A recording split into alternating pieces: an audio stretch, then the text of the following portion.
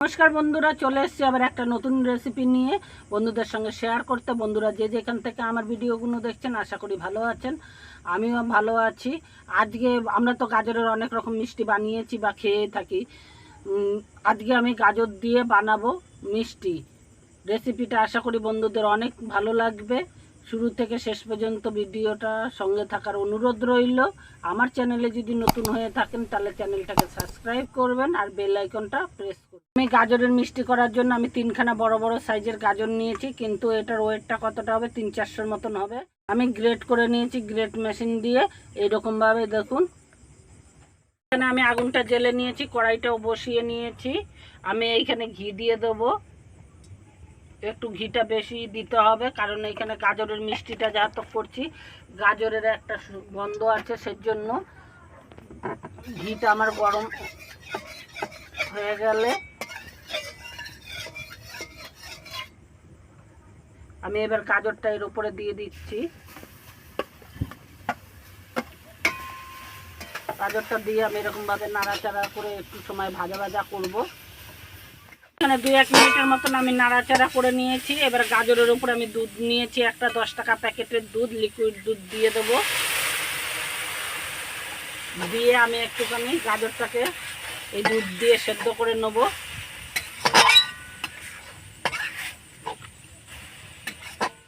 আমার সেদ্ধ হয়ে গেছে, আর এরকম দেখুন লেই মতন হয়ে গেছে। আর আমি এখানে এক বাটির মতন গুঁড়ো দুধ, আমুল দুধ নিয়েছি।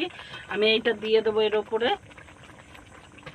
দিয়ে আমি এটারে একসাথে করে এরকমভাবে মিশিয়ে নেব। পরিমাণ মতন মিষ্টি দিয়ে দিচ্ছি আমি। আপনারা যে যেরকম মিষ্টি পছন্দ করবেন সেরকম মিষ্টিটা দেবেন। আমি এইখানে একটু মিষ্টিটা বেশি দিলাম। এইখানে গাজরটা আমি ভালো করে জাল করে নিয়েছি দুধটা দিয়ে আর চিনিটা দিয়ে। এইখানে আমি 1 বাটি সুজি গুঁড়ো করে নিয়েছি মিক্সি মেশিনে, আমি সেটা দিয়ে দেবো উপরে। দিয়ে আমি ভালো করে নাড়াচাড়া করব। নাড়াচাড়া করে দেখুন আমি একটা শুকনো ডোয়ের মতন করে নিয়েছি। এবার আমি নাবিয়ে নেব।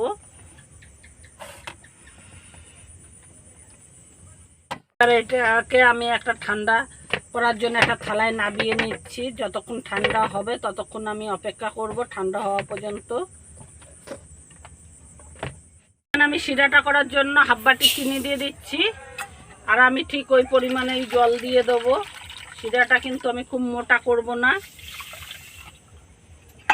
আবার খুব গাঢ়ও করব না, মোটামুটি করব। এটাকে আমি যতক্ষণ চিনিটা না গলে ততক্ষণ চিনিটা গলার জন্য অপেক্ষা করব। এখানে আমার শিরাটা তৈরি হয়ে গেছে, আমি নাবিয়ে নিচ্ছি। নাবিয়ে আমি একটা বাটিতে ঢেলে নিচ্ছি। যে আমি গাজর আর সুজিটা দিয়ে পুরটা তৈরি করেছি এরকম মিষ্টির, আমি এটাকে নামিয়ে নিচ্ছি। এর মধ্যে নামিয়ে একটু মসৃণ করে মেখে নেব মিষ্টিটার জন্য। এইখানে আমি ডোটা ভালো করে মেখে নিয়েছি এরকমভাবে, আর এটাকে আমি এরকমভাবে একটুখানি ছড়িয়ে নেব। আমি এটা বেলার প্রয়োজন নেই।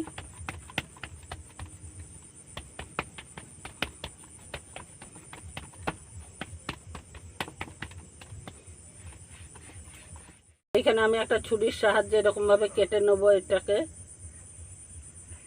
সাইডগুলো কেটে বাদ দিয়ে দেবো প্রথমে। সাইডটা আমি কেটে বাদ দিয়ে দিয়েছি। এবার আমি এইভাবে কেটে নেব।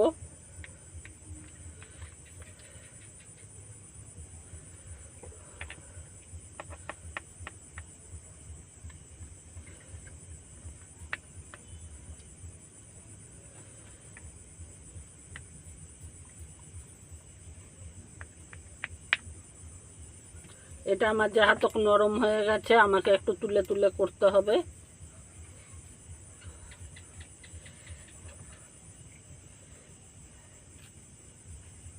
আমি টুকরো টুকরো করে নেব।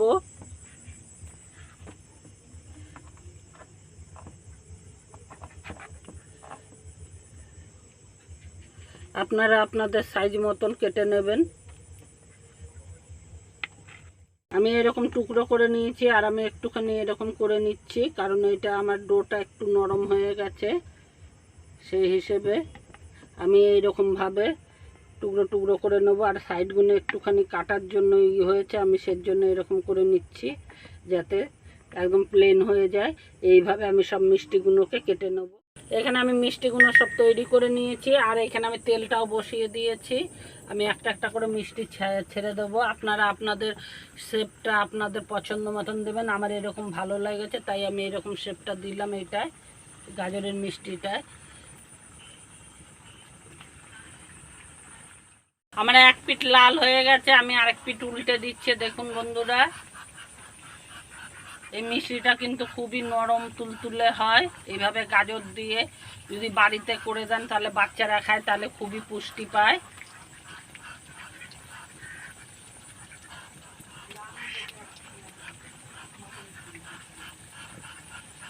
দেখুন খুব অল্প সময় আর খুব তাড়াতাড়ি ভাজা হয়ে যায় মিষ্টিটা। আর দুই পিঠ লাল করে ভাজা হয়ে গেছে, আমি নাবিয়ে নিচ্ছি মিষ্টিগুলোকে একটা একটা করে।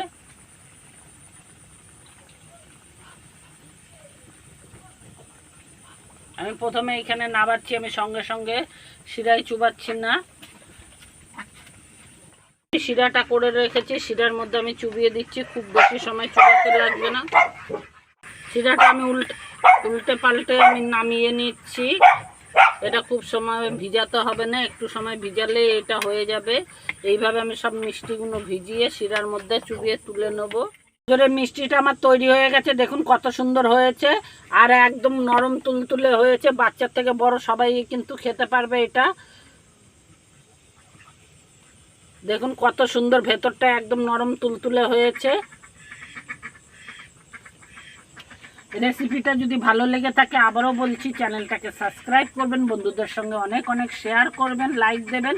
আবার কোনো নতুন রেসিপির সাথে দেখা হচ্ছে, ততক্ষণ সবাই ভালো থাকবেন।